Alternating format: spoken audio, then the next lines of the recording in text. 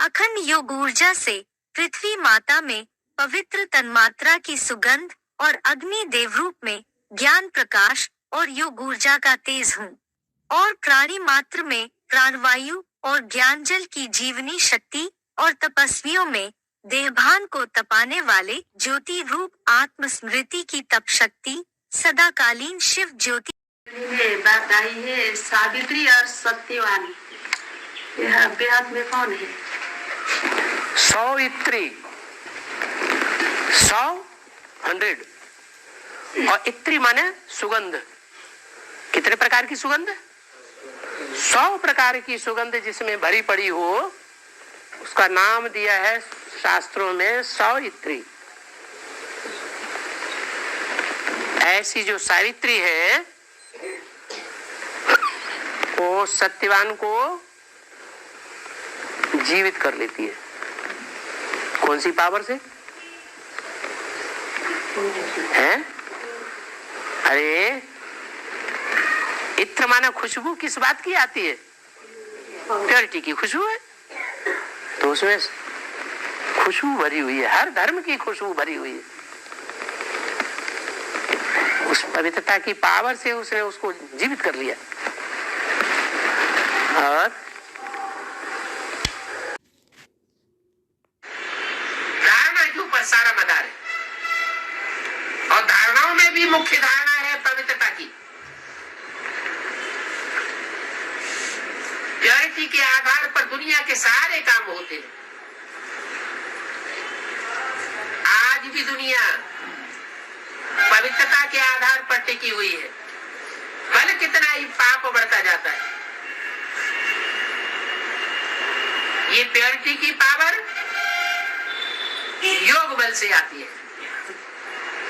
योग भी अब विचारी होना चाहिए। विचारी को योग नहीं कहा जाता, उसको तोड़ कहे। विचारी माना तोड़ने वाला, मोड़ने वाला। अब विचारी माना जोड़ने वाला। एक के साथ बुद्धि योग जब सारी दुनिया का जोड़ेगा तो सारी दुनिया में जो एकता का वाइब्रेशन फैलेगा वही पवित्रता का वाइब्रेशन है। एकता का हो, प्योरिटी का हो, यूनिटी का हो, बात एक ही है। प्योरिटी जोड़ती है और इम्प्योरिटी तोड़ती है। इसमें सारा ज्ञान समाया हुआ है।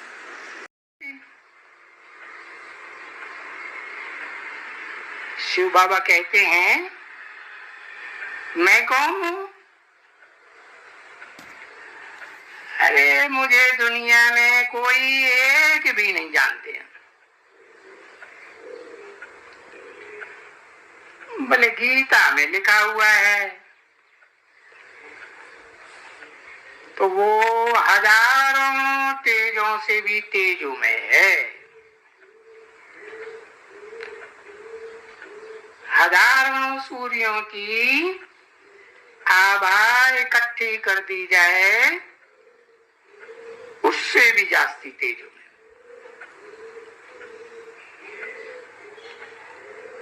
फिर उन्होंने दिखलाते हैं कि अर्जुन को साक्षात्कार हुआ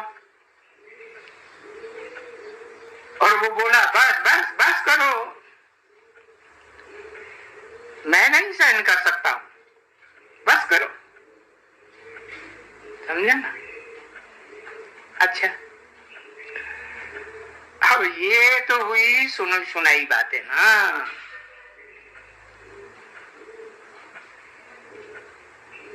बच्ची ये कोई बातें हैं नहीं, सुनी सुनाई बात है। और कुछ साक्षात्कार भी किया होगा।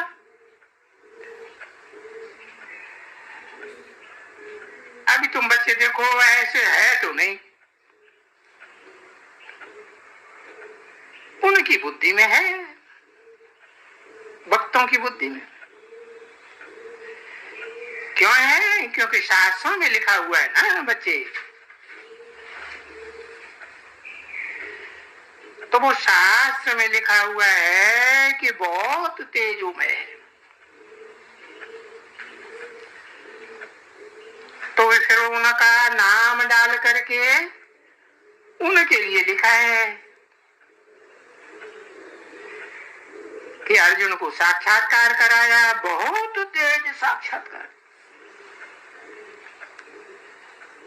उस अर्जुन ने कहा नहीं, मैं नहीं सहन कर सकता हूं। अभी जिसने सुना होगा, अगर सो जब बैठ करके गीता सुनेगा या गीता सुनाने वाला होगा तो उनकी बुद्धि में वो जाएगा कि वो भगवान बहुत तेज में। अभी भगवान तेजो में है, बहुत तेज है उनमें। तो वो तेज किस में होगा है? वो तेज तो जिस मुकर्रर रथ में प्रवेश करेंगे उसमें तेज होगा ना। तो वो तो शिव बाबा में हो सकता है ना, शिव बाबा में तो नहीं हो सकता। वो तो सिर्फ निराकार बिंदी है। वो जब तक साकार में प्रवेश न करे और फिर कृष्ण में तो नहीं हो सकता है ना।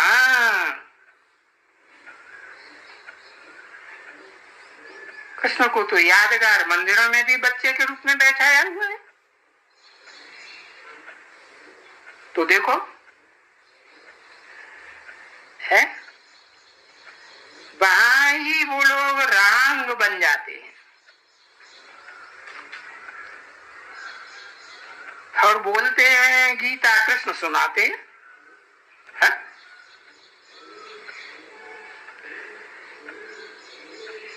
और कहते हैं बस करो, हम नहीं सहन कर सकते। यानी शिव शिव की वो तो ऐसे आकर के वो जो असली भगवान है ज्ञान सूर्य सदा इस षष्ठी रूपी रंगमंच पर डिटैच होकर के पार्ट बजाता है।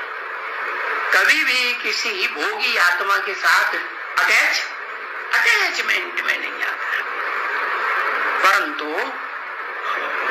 मिसाल देने के लिए तो वो आसमान के सूरज चांद सितारे हैं, लेकिन वो तो जड़ सितारे हैं ना। उनकी मिसाल दी जाती है जिन धरती के चैतन्य सितारों के लिए, धरती के सूर्य के लिए, धरती के चंद्रमा के लिए, नक्षत्रों के लिए, वो तो चैतन्य आत्माएं हैं। तो उनमें जो ज्ञान सूर्य है उस षष्ठी रूपी रंगमंच पर बहुत तीव्र प्रकाश फेंकता है। क्या? अरे आरंभ में हल्का हल्का प्रकाश फेंकेगा। जड़ सूर्य क्या करता है? सवेरे को अमृत वेले है जो सूर्य की रोशनी होती है वो धीमी धीमी मध्यम मध्यम होती है। कितनी की होती है? मध्यम होती है। और ज्यों ज्यों है टाइम बढ़ता जाता है त्यों त्यों रोशनी तीक्ष्ण होती जाती है। इतनी तीक्ष्ण होती जाती है कि सहन करना ही मुश्किल। तो जड़ सूर्य दुनिया की सबसे बड़ी जड़ ऊर्जा है। ऐसे ही ये ज्ञान सूर्य शिव जो है हेवनली गॉडफादर चैतन्य, वो इस षष्ठी रूपी रंगमंच पर सबसे बड़े से बड़ी ऊर्जा के रूप में पार्ट बजाने वाली आत्मा। वो इतनी ज्ञान की तीखी रोशनी कर देता है अंत में कि ये जो ज्ञान सागर के रूप में इस सृष्टि रूपी रंगमंच पर पार्ट बजाने वाली मनुष्य सृष्टि की बाप की आत्मा है ना, जिसे गीता में परमात्मा भी नाम दिया है। परम आत्मा अर्थात पार्टधारी आत्माओं के बीच में परम पार्टधारी हीरो पार्टधारी आत्मा। तो इस सृष्टि रूपी रंगमंच पर जैसे जड़ सागर है पृथ्वी माता उसकी गोद में समाई हुई है ना, नहीं है?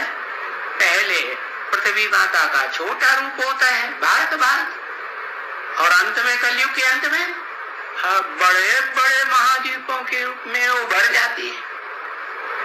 वो तो होता ही है ऐसा। क्या माता के सात्विक और तामसी दो रूप होते हैं। सात्विक रूप में कन्या होती है तो दुबली पतली होती है। सार रूप में है, पवित्रता का सार है ना। और फिर जब माता बनती है, ढेर बच्चे पैदा करती है, याद नहीं करेंगे अर्थात योग नहीं लगावेंगे। किससे योग? बाप से योग नहीं लगावेंगे, लगाव नहीं लगावेंगे तो योगाग्नि प्रज्वलित नहीं होगी।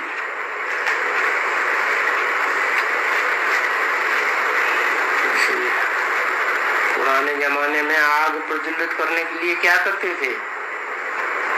दो लकड़ियों को घिसते थे, एक दूसरे के ऊपर रख करके, और उसकी लकड़ी के घिसने से आग पैदा हो जाती थी। तो ये भी याद का रहस्य है। ये लक्कड़ बुद्धि की तो बात हो सकती है कि कोई लक्कड़ बुद्धि पत्थर बुद्धि आत्मा है, परंतु शिव बाप तो उसे ज्ञान दे करके पारस बुद्धि बनाते हैं ना।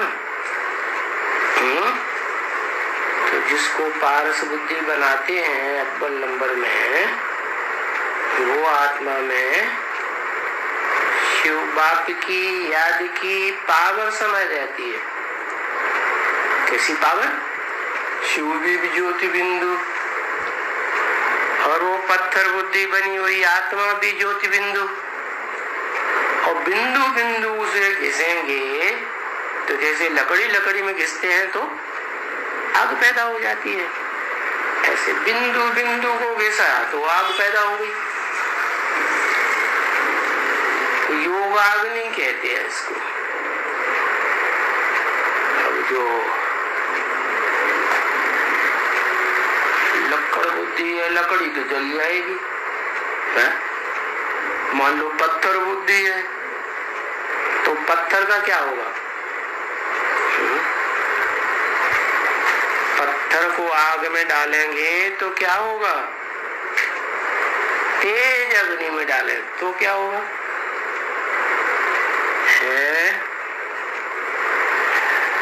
लावा बन जाता है पत्थर। जैसे भूकंप बड़े बड़े आते हैं ना विनाश काल में, और अभी भी तो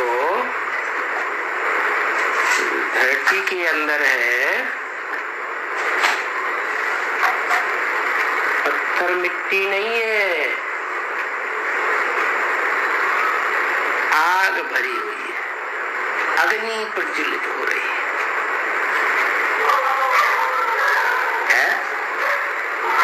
किसके अंदर? धरणी माता के अंदर, और ज्वाला देवी बनी हुई है। क्या? वो अंदर जो पत्थर हो, मिट्टी हो, कुछ भी हो, तो सब लावा बन जाता है। और लावा तो बहुत तेज अग्नि होती है?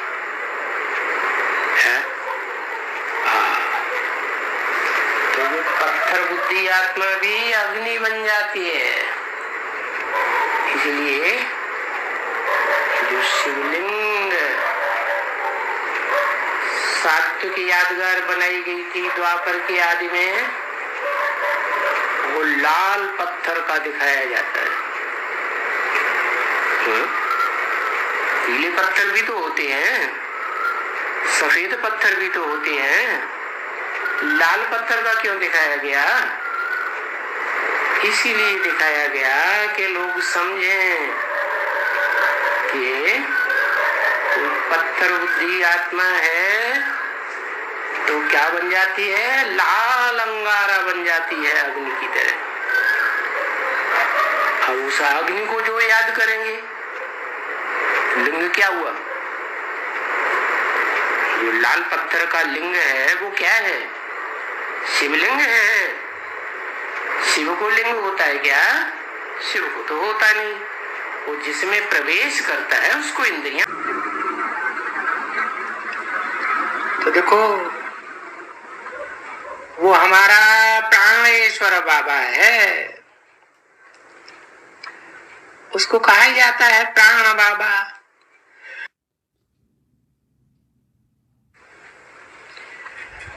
क्योंकि आकर के प्राणों का दान देते हैं।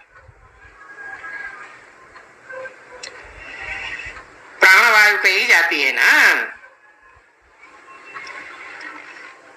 प्राण निकल जाते हैं तो कुछ भी नहीं रहता। तो देखो, तुम बच्चों को अमर बनाते हैं ना, तो देखो ये प्राण आत्मा को ही कहा जाता है। कोई है आत्मा जो आत्म स्थिति में रह करके शांत रहती है। उसे कभी भी किसी ने अशांत होते हुए नहीं देखा होगा।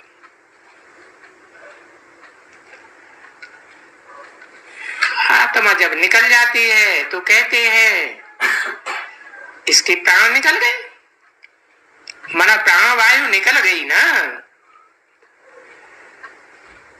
तो प्राणवायु निकल गई तो बाकी तो कुछ भी नहीं रहा।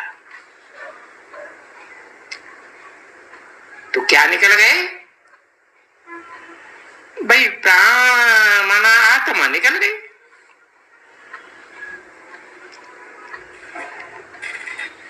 तो पीछे शरीर को तो रखने की भी दरकार नहीं है, कोई रखने नहीं देता है, न हिंदू न मुसलमान न सिख न ईसाई। हाँ, ये जरूर है, कोई शरीर को मिट्टी में गाड़ते हैं, कोई जलाए देते, रखते कोई भी नहीं है। नहीं, अरे भाई रखो तो सही है? आत्मा है तो फिर देखो शरीर भी तंदुरुस्त है, आत्मा बिगड़। अब आत्मा तो वो है अविनाशी है ना। अविनाशी आत्मा कौन सी है? वो जो एवर प्योर है वो अविनाशी है। बाकी तो सब आत्माएं कुछ न कुछ उनका पद विनाश हो जाता है। तो ये तो देखो, ये देह तो बास कर डालती है, सड़ती है तो कितनी बदबू चारों ओर वातावरण में फैल जाती। जल जो है, जिसे ज्ञान जल कहा जाता है, उसके लिए भी यही बात है, जल ही जीवन है। क्या? वो जल स्थूल देह का जीवन है? पानी पीते रहेंगे तो जिंदा बने रहेंगे। पानी पीना बंद कर दिया तो आज नहीं तो कल खलास हो जाएंगे। ऐसे ही ब्राह्मणों के लिए जो बेहद की ये दुनिया स्थापन हो रही है, नई दुनिया, इसमें यही बात लागू होती है। जो जितना ज्ञान जल को पिएंगे, धारण करेंगे, उतना शक्तिशाली आत्मा बनेगी। ऐसे नहीं, अरे ज्ञान की गहराई में क्या जाना है, याद में रहो, याद से ताकत मिलती है। अरे कोई अनाज ही अनाज खाता रहे, भोजन ही भोजन करता रहे और पानी बिल्कुल न पिए, तो दिमाग में आग लगेगी कि नहीं लगेगी? है? गर्मी चढ़ेगी कि नहीं चढ़ेगी? गर्मी चढ़ जाती है। ये जो जल है, ज्ञान जल है, ये भी पचाने का साधन है। योग रूपी खुराक तभी ही पचेगी जब हम ज्ञान जल ज्यादा पिएंगे। ज्ञान जल ही नहीं पिया होगा, मनन चिंतन मंथन ही नहीं किया होगा, तो बाप को पहचानने की भी ताकत नहीं आएगी। ज्ञान से ही बाप पहचाना जा सकता है। ज्ञान माने जानकारी, जानकारी होगी तभी तो बाप पहचान में आएगा। जानकारी नहीं तो बाप पहचान में कहां से आएगा? तो फिर ये दृढ़ता बांध लेनी चाहिए। क्या क्या दृढ़ता? हाँ, अगर मुरली नहीं सुनी है, मुरली तो भोजन नहीं है, मुरली तो पानी है। क्या है? पेय है। मुरली जो है वो याद के भोजन को पचाने वाली चीज है। क्या? याद का भोजन है ना, जो याद हम करते हैं, उस शक्ति को पचाने के लिए हमें मुरली चाहिए। दुनिया में कहते हैं जल ही जीवन है। क्या? जैसे मछली के लिए क्या कहते हैं? जल ही मछली का जीवन है। जल में है तो जिंदा है, और जल नहीं है, बिना जल के मछली है तो क्या हो जाएगी? मत पाए पड़ी रहती है। तो ऐसे ही अब संगम युग में हम किसके बच्चे हैं? ज्ञान सागर के बच्चे हैं। ज्ञान सागर में पड़े रहते हैं। किसकी गोद में पड़े हैं? ज्ञान सागर बाप की गोद में पड़े हैं। तो हम बच्चे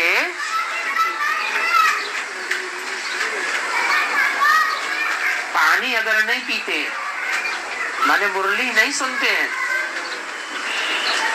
तो जैसे कि हमने जीवन धारण ही नहीं किया। तो अच्छी बात है, एक बार के लिए खाना भी छोड़ दें, क्योंकि देहभान ज्यादा है। जब लोग ज्यादा क्रोध में आते हैं तो क्या करते हैं? खाना पीना छोड़ देते हैं, तो दिमाग थोड़ा ठंडा हो जाता है। दिमाग में खाना खाने से गर्मी चढ़ती है या पानी पीने से गर्मी चढ़ती है? भोजन खाने से गर्मी चढ़ती है। कोई को ज्यादा गर्मी चढ़ी हुई हो, 2-4 रोज खाना न खाए तो गर्मी क्या होगा? गर्मी शांत हो जाती है। तो हम भी ऐसे ही करें। क्या करें कि अगर मुरली नहीं सुनी है तो फिर शरीर का भोजन भी बंद कर दो। और तो गाली गलौज में जो भजन है, प्राणायाम करो, ये तपस्या है। असली तपस्या मालूम है क्या है? असली तपस्या है अपन को ज्योति बिंदु आत्मा भ्रकुटी के मध्य में याद करो और आत्मा के बाप को याद करो कि षष्ठी रूपी रंगमंच पर वो आत्माओं का बाप, supreme soul, heavenly God father है, सदा शिव ज्योति किस मनुष्य तन में पार्ट बजाए रहा है। उस अर्जुन के शरीर रूपी रथ को पहचान करके उसमें याद करो तो असली याद है, और नहीं तो बिंदी को याद कर लिया, दादा लिंगराज ब्रह्मा में याद कर लिया है, और क्या वो पार्वती की पार्टधारी को जान लिया कि नहीं त्रिमूर्ति के चित्र में, तो उसको याद कर लिया तो गड्ढे में गिरेंगे कि नहीं है? हाँ, चाहे वो सरस्वती हो, चाहे वो पार्वती हो, और चाहे वो शंकर की मूर्ति क्यों न हो, गड्ढे में तो तीनों ही गिरते हैं, लेकिन फिर तीनों गड्ढे से उभरते हैं अपने आप, स्वयंभू बनते हैं, बनते हैं तीनों, एक बनता है। तो एक बनता है तो उसको निकालने वाली कौन? कोई आत्मा है? कौन? पार्वती भले निकालती है, लेकिन निकालती कब है? पहले ज्ञान धारण करेगी, है, गहराई से समझेगी, तब निकालेगी, या पहले ही निकाल लेगी? है? पहले तो खुद ही डूबी, पहले खुद ही गड्ढा, फिर बाद में ज्ञान मिले, उस ज्ञान को सही तरीके से अव्यभिचारी रूप से धारण करे तो फिर खुद का भी कल्याण, और फिर जिसको कुएं में से निकाले, गड्ढे में से, वो भी उसका भी कल्याण। तो बताया उसे एक को याद करना है, पता चला है? सबसे गहरे गड्ढे में कौन गिरता है? हाँ, जो सबसे ऊंच बनता आदि नारायण, वो सबसे गहरे गड्ढे में गिरता। तो इसका गाया हुआ है, इस याद का क्या गाया हुआ है? इस याद को